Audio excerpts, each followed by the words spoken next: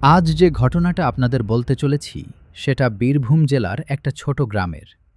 গ্রামের নাম আর এই ঘটনার সঙ্গে জড়িত মানুষদের পরিচয় আমি বদলে দিয়েছি।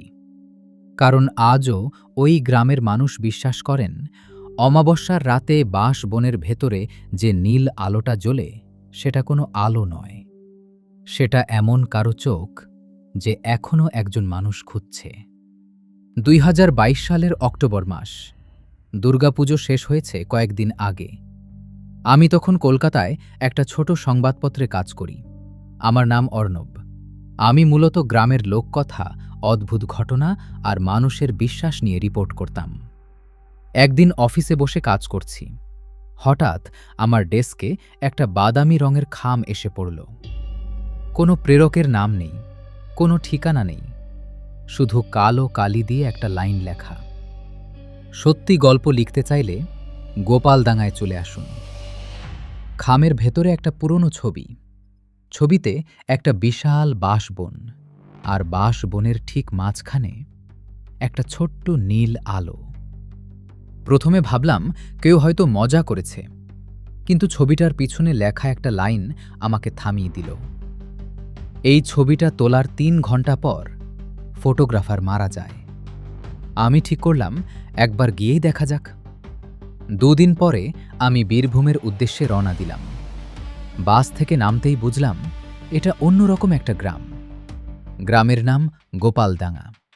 ছোট্ট গ্রাম, মাটির বাড়ি, ধানক্ষেত, দূরে তালগাছ, আর গ্রামের একেবারে শেষ মাথায় ঘন কালো একটা বাঁশবন। দিনের আলোতেও ওই বাঁশবনটাকে অস্বাভাবিক লাগছিল, কারণ হাওয়া বইছে, গাছ নড়ছে, কিন্তু বাঁশগুলো একটুও নড়ছে না। চায়ের দোকানে বসে আমি গ্রামের কয়েকজন বৃদ্ধের সঙ্গে কথা বলতে শুরু করলাম। আমি বাঁশবনের কথা তুলতেই দোকানের ভেতরটা হঠাৎ চুপ হয়ে গেল। চায়ের কেটলির শব্দ ছাড়া আর কিছুই শোনা যাচ্ছিল না। প্রায় ১ মিনিট পরে একজন বৃদ্ধ খুব আস্তে বললেন, বাবু, আপনি শহরের মানুষ, সব বিশ্বাস করবেন না, কিন্তু অমাবস্যার রাতে ওই বাঁশবনের দিকে তাকাবেনও না। আমি হেসে বললাম, কেন?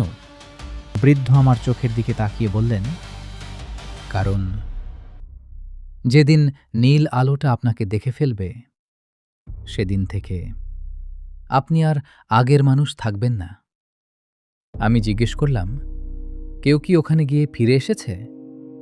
বৃদ্ধ উত্তর দিলেন, অনেকেই ফিরেছে, কিন্তু যারা ফিরেছে তারা কেউ আর নিজেদের বাড়িতে থাকেনি। আমি কিছুই বুঝলাম না। মানে? তিনি বললেন, শরীর ফিরেছিল, মানুষটা নয়। ঠিক ঠিক তখনই দোকানের মালিক আমার সামনে ১ কাপ চা রেখে বললেন, আপনি যদি সত্যিই লিখতে চান তাহলে আজ রাত পর্যন্ত অপেক্ষা করুন। আমি জিজ্ঞেস করলাম, আজ কি আছে? লোকটা ফিসফিস করে বলল, আজ অমাবস্যা। সন্ধ্যা নামতে শুরু করল। গ্রামের মানুষ একে একে ঘরে ঢুকে পড়ছে। ছোট ছোট বাচ্চাদেরও বাইরে দেখা যাচ্ছে না। ৭:৩০টার মধ্যেই পুরো গ্রাম ফাঁকা। এমন নীরবতা যেন গ্রামটা বহু বছর আগে পরিত্যক্ত হয়েছে।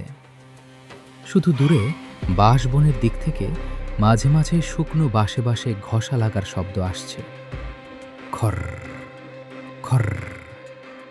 আমি ক্যামেরা, টর্চ আর রেকর্ডার নিয়ে বেরিয়ে পড়লাম। রাত তখন প্রায় ৯:৩০। আমি গ্রামের শেষ প্রান্তে পৌঁছালাম। আমার সামনে সেই বাঁশবন।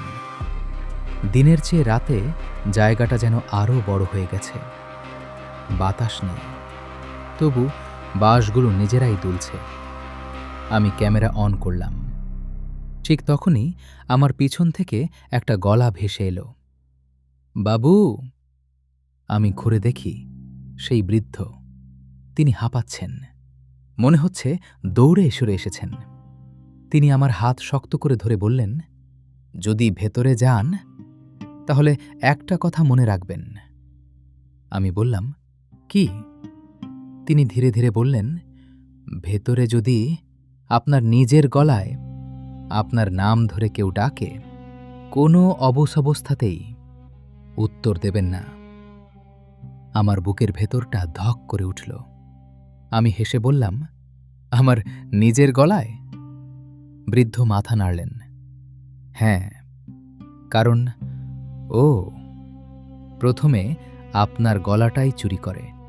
নীল আলোটা ধীরে ধীরে আমার দিকেই এগিয়ে আসছিল। প্রথমে মনে হলো কেউ হয়তো টর্চ নিয়ে হাঁটছে, কিন্তু কয়েক সেকেন্ড পরেই বুঝলাম ওটা মাটিতে নেই। প্রায় ৬-৭ ফুট ওপরে বাঁশের ডগাগুলোর মাঝখানে ভেসে আছে, যেন কেউ সেটা হাতে ধরে নেই, বরং আলোটাই নিজে নিজে চলছে। আমার হাতের ক্যামেরা তখনও রেকর্ড করছে। আমি জুম করলাম, কিন্তু যতবার জুম করছি আলোটা তত ঝাপসা হয়ে যাচ্ছে। মনে হচ্ছে ক্যামেরা ওটাকে ধরতেই পারছে না। আমি মোবাইল বের করে একটা ছবি তুললাম। ফ্ল্যাশ পড়তেই নীল আলোটা হঠাৎ নিভে গেল। পুরো বাঁশবন আবার অন্ধকার, শুধু চারদিকে বাঁশে বাঁশে বাতাসের ঘর্ষণের শব্দ। খর খর খর। আমি মোবাইলের ছবিটা খুললাম, আর ছবিটা দেখে আমার বুকের ভেতরটা কেঁপে উঠল। কারণ যেখানে নীল আলোটা ছিল সেখানে একটা মানুষের অবয়ব দাঁড়িয়ে, লম্বা, অস্বাভাবিক রকম রোগা, মাথা নিচু, 2 হাত শরীরের পাশে ঝুলছে। কিন্তু আমি যখন ছবি তুলেছিলাম সেখানে তো কাউকে দেখিনি। আমার গলা শুকিয়ে গেল। আমি আবার সামনে তাকালাম। কেউ নেই, শুধু বাঁশ। ঠিক তখনই আমার বাঁ দিকের বাঁশগুলো একসঙ্গে দুলে উঠল, যেন কেউ ভেতর দিয়ে হেঁটে যাচ্ছে, ধীরে ধীরে, একদম আমার সমান্তরালে। আমি টর্চের আলো ফেললাম। কিছুই নেই, শুধু বাঁশগুলো নড়ছে। আমার মনে পড়ল বৃদ্ধের কথা, ও আগে তোমার গলাটা চুরি করবে। আমি নিজের অজান্তেই গলা ছুঁয়ে দেখলাম সব ঠিক আছে। হঠাৎ আমার রেকর্ডারের লাল আলো নিজে থেকেই নিভে গেল, তারপর আবার জ্বলে উঠল। আমি ভাবলাম ব্যাটারি শেষ, কিন্তু স্ক্রিনে একটা নতুন টাইম স্ট্যাম্প চলছে। 00টা 00 মিনিট মিনিট 00 সেকেন্ড আবার শুরু হয়েছে। ঠিক সেই মুহূর্তে আমার ডান দিক থেকে একটা গলা ভেসে এলো, খুব আস্তে। অর্ণব। আমি জমে গেলাম।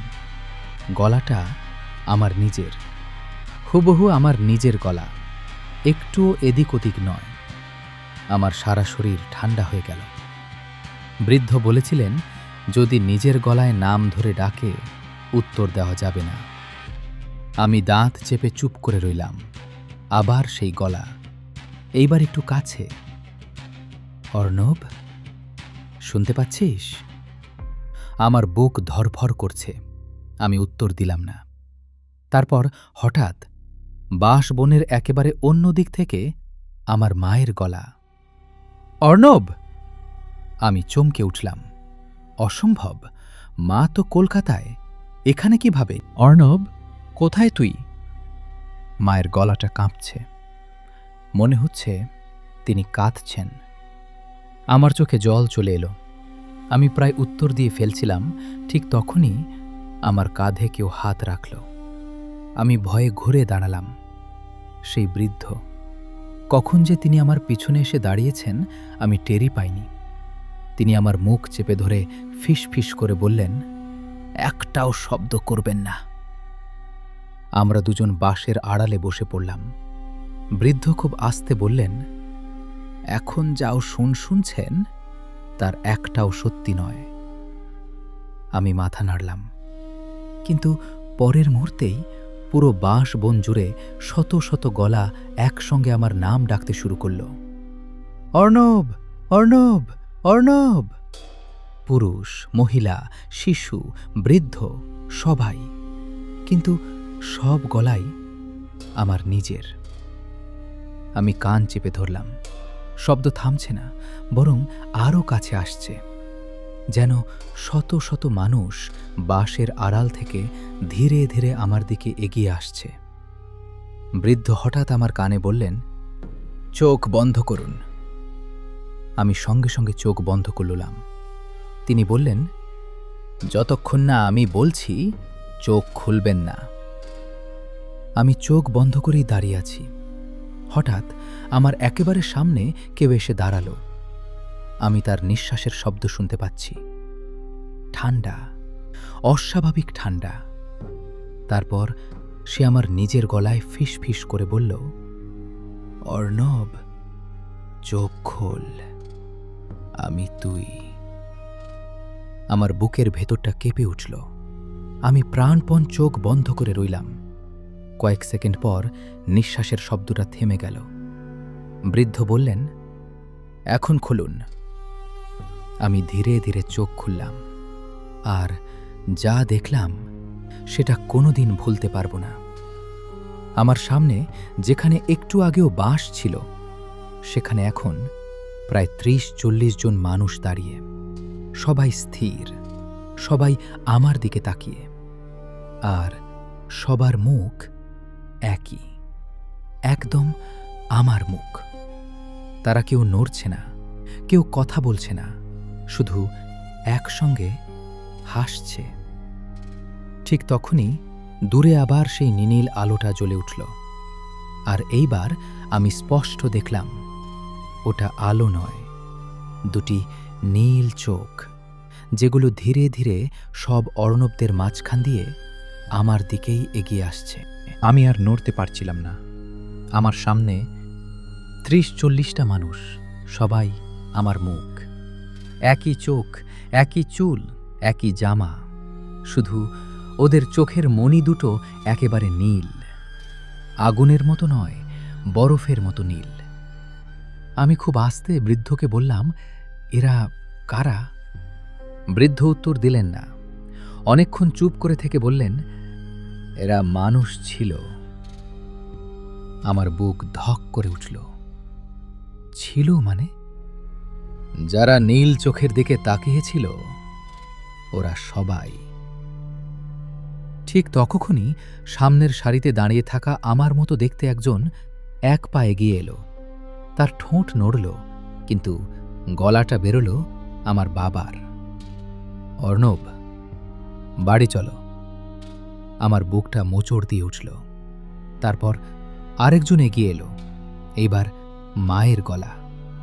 বাবা, তুই অনেকক্ষণ ধরে বাইরে আছিস, চল। আমি বুঝলাম ওরা শুধু গলা নকল করছে না, ওরা মানুষের স্মৃতিও জানে। বৃদ্ধ আমার হাত শক্ত করে ধরে বললেন, দৌড়াবেন না। কেন? কারণ ওরা দৌড়ায় না, ওরা হেঁটেই ধরে ফেলে। ঠিক তখনই সবাই একসঙ্গে একটা করে পা ফেলল। ঠক, পুরো বাঁশ বন কেঁপে উঠল। আবার ঠক, তারপর আরেকবার ঠক। কিন্তু ওরা খুব ধীরে হাঁটছে, যেন তাদের কোনো তাড়াহুড়োই নেই। বৃদ্ধ হঠাৎ আমার কানে বললেন, আপনি কি লক্ষ্য করেছেন ওদের ছায়া নেই? আমি নিমিচের দিকে তাকালাম। সত্যি, চাঁদের আলো না থাকলেও আমাদের দুজনের ছায়া টর্চের আলোয় দেখা যাচ্ছে, কিন্তু ওদের তারও কোনো ছায়া নেই। হঠাৎ পুরো বাঁশ বনে বাতাস থেমে গেল, একদম থেমে গেল। তারপর দূরে একটা বাঁশ ধীরে ধীরে ভেঙে পড়ল। কর্র। তারপর আরেকটা, তারপর আরেকটা। মনে হচ্ছিল কেউ বাঁশ বনের গভীর থেকে আমাদের দিকে রাস্তা বানিয়ে আসছে। বৃদ্ধের মুখের রং ফ্যাকাশে হয়ে গেল। তিনি খুব আস্তে বললেন, সে আসছে। আমি জিজ্ঞেস করলাম, সে কে? বৃদ্ধ কোনো উত্তর দিলেন না, শুধু হাঁটু গেড়ে বসে পড়লেন আর মাটিতে হাত ঠেকিয়ে চোখ বন্ধ করলেন। ঠিক তখনই সামনের সব মানুষ একসঙ্গে মাটিতে বসে পড়ল। মাথা নিচু করল, যেন কাউকে প্রণাম করছে। আমার চারপাশ একদম নিস্তব্ধ, শুধু একটা শব্দ, টক টক টক। কারো খালি পায়ের শব্দ, ভেজা মাটির ওপর। ধীরে ধীরে আমার দিকে আসছে। আমি টর্চের আলো ফেললাম। প্রথমে কিছুই দেখা গেল না। তারপর অন্ধকারের ভেতর থেকে দুটো নীল চোখ, তারপর একটা মুখ। আমার বুকের ভেতরটা যেন থেমে গেল, কারণ ওটার মুখ ছিল না। যেখানে মুখ থাকার কথা সেখানে শুধু কালো অন্ধকার। কোনো নাক নেই, কোনো ঠোঁট নেই, কোনো চামড়া নেই, শুধু দুটি নীল চোখ। সে থামল, আমার থেকে মাত্র 10 হাত দূরে। তারপর যেটা অসম্ভব সেটাই হলো। মুখ না থাকা সত্ত্বেও সে কথা বলল। গলাটা আমার নিজের। অর্ণব, এতদিন পরে এলি? আমার শরীর জমে গেল। বৃদ্ধ তখনও মাথা নিচু করে বসে। তিনি কাঁপতে কাঁপতে বললেন, ওর চোখের দিকে তাকাবেন না। আমি সঙ্গে সঙ্গে মাথা নিচু করলাম। কিন্তু মানুষের একটা স্বভাব আছে, যেটা করতে বারণ করা হয় সেটাই করতে ইচ্ছে করে। এক মুহূর্তের জন্য আমি তাকিয়ে ফেললাম। মাত্র 1 সেকেন্ড, 1 সেকেন্ডেরও কম। আর সেই 1 সেকেন্ডেই আমি বাঁশবনটা দেখতে পেলাম যেমনটা আজ থেকে প্রায় 100 বছর আগে ছিল। চারদিকে মানুষ, অনেক মানুষ। কারো গলায় দড়ি, কারো হাত বাঁধা, কারো চোখ বাঁধা। সবাই এই একই জায়গায় দাঁড়িয়ে। আর ওদের সামনে একটা ছোট মেয়ে, বয়স 10-11। তার চোখ দুটো অস্বাভাবিক নীল। সে শুধু একটাই কথা বলছিল, আমার সঙ্গে খেলবে।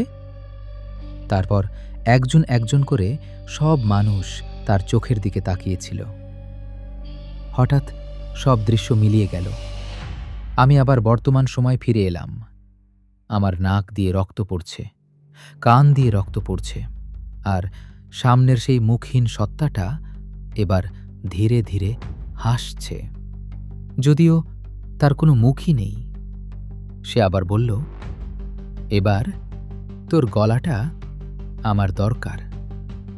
ঠিক তখনই বৃদ্ধ হঠাৎ আমার হাত ধরে এমন জোরে টান দিলেন যে আমি মাটিতে পড়ে গেলাম।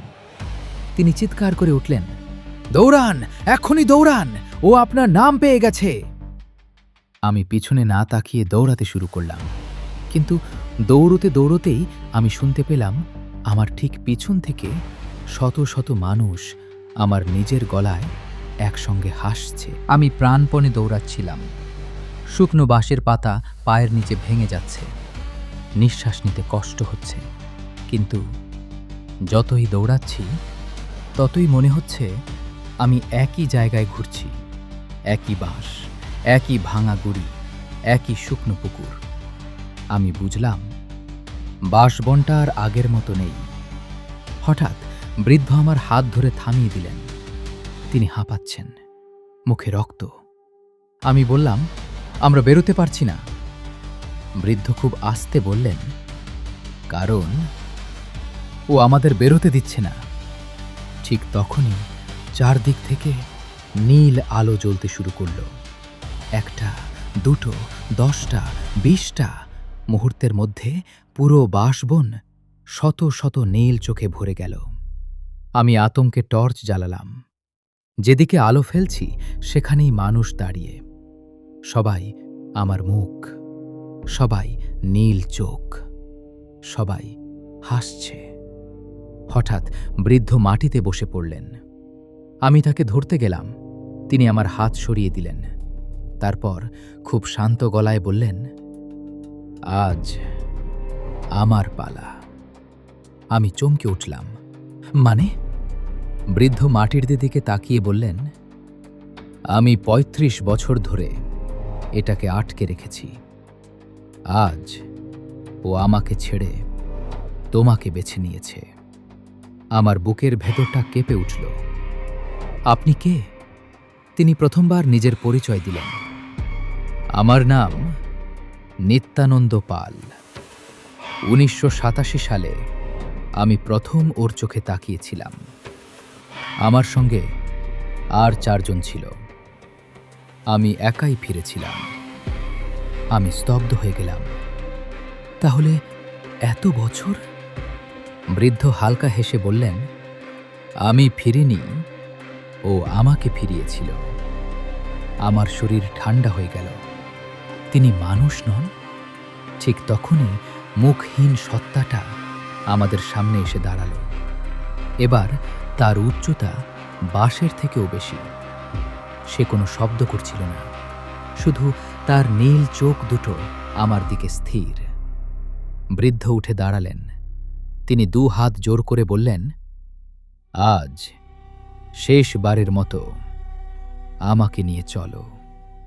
সত্তাটা প্রথমবার বৃদ্ধের দিকে তাকালো। তারপর ধীরে ধীরে তার একটা হাত উঠল, কালো অস্বাভাবিক লম্বা হাত। সে বৃদ্ধের কপালে একটা আঙুল রাখল।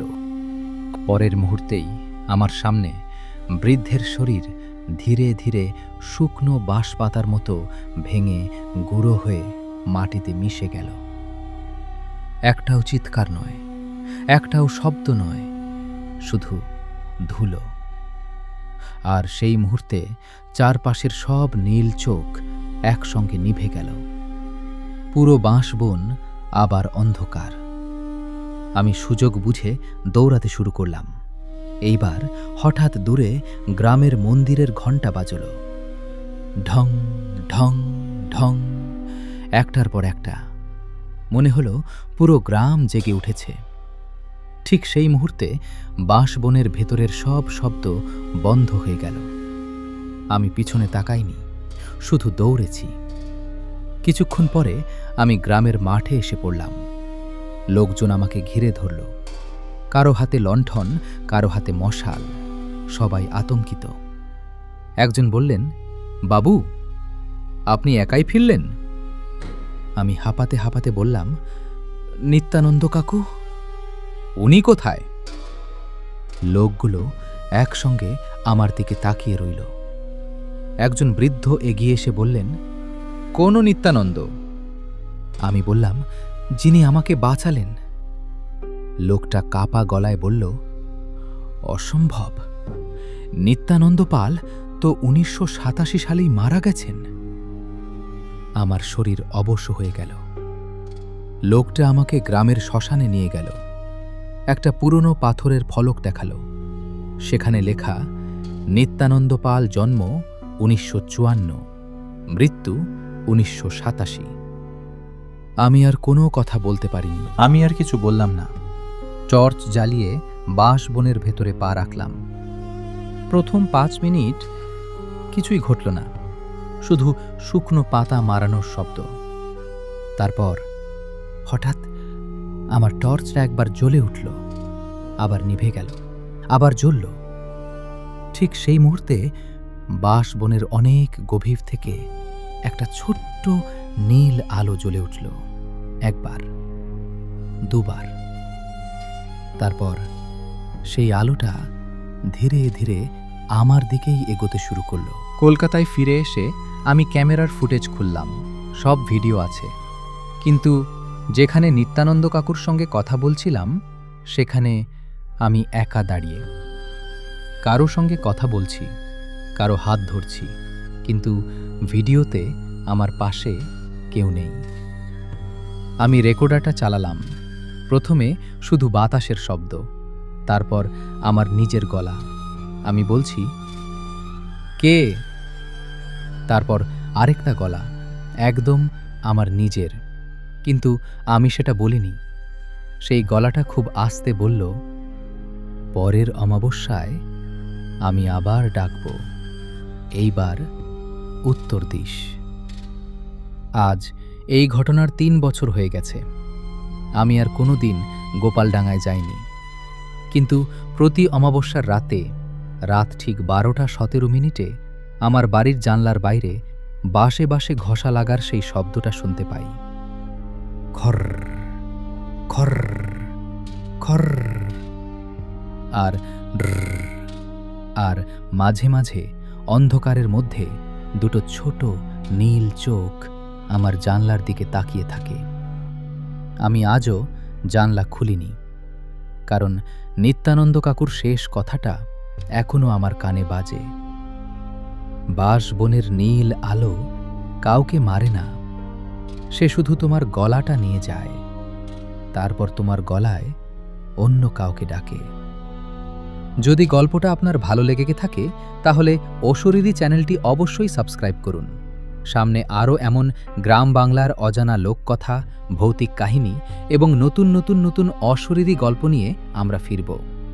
আর একটা কথা, যদি কোনোদিন অমাবস্যার রাতে বাঁশবনের দিক থেকে নিজের গলায় নিজের নাম শুনতে পান, উত্তর দেবেন না।